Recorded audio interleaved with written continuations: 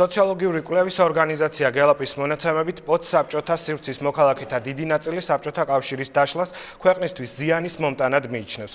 გამოკითხვა, რომელიც 11 ქვეყანაში გასულ წელს ჩატარდა, ორგანიზაციის ვებგვერდზე გამოქვეყნდა.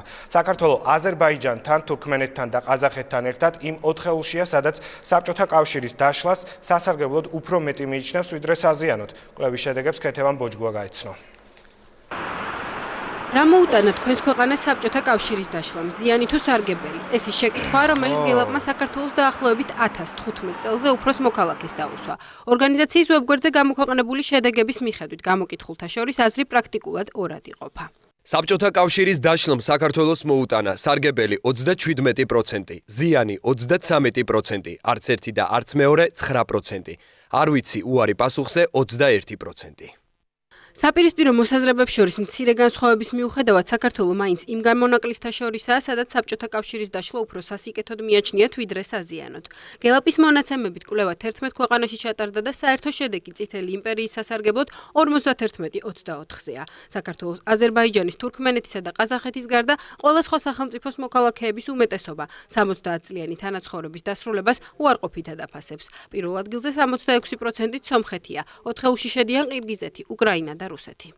მიზეზი ამის ყველასთვის ნათელია, ყოფით დონეზე ძალიან გაჭირდა ცხოვრება და ეკონომიკური და სოციალური პირობები. ეს მთავარი მიზეზია, რითაც სოციოლოგი და PR კომპანია ჯეპრას უფროსი კონსულტანტი კახა მაღრაძე გელაპის კვლევის ასეთ შედეგებს ხსნის.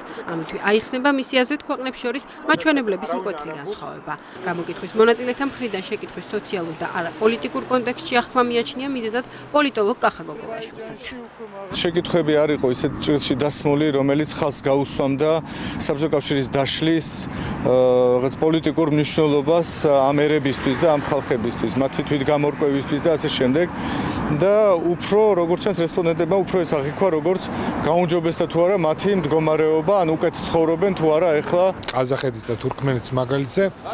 ჩვენ შეგვიძლია დავინახოთ, რომ გაცილებით მეტი ადამიანი აქვს კმაყოფილი საბჭოთა კავშირის დაშლის შემდეგ, ვიდრე უკმაყოფილო. მათ თვითონ აითვისეს საკუთარი რესურსები და ხალხი ასე ვთქვათ გამდიდრდა. ალბათ, სადაც ნაკლები ეკონომიკური აღმავლობა არის, ნაკლები ის არის კმაყოფილება ხალხის მხრიდან. მოკლედ პირდაპირ მიბმულია ყოფით ცხოვრებაზე და ეკონომიკურ განვითარებაზე. ეკონომიკური და სოციალური ფაქტორების გარდა ლაშა ბაქრაძე გელაპის კვლევის ასეთ შედეგს იმ კამპანიითაც ხსნის, რომელსაც საქართველოში პრორუსული ძალები აწარმოებენ. პუბლიცისტი და ლიტერატურის მუზეუმის დირექტორი მიიჩნევს, რომ კამპანია მიმდინარე წელს მხოლოდ გაძლიერდება.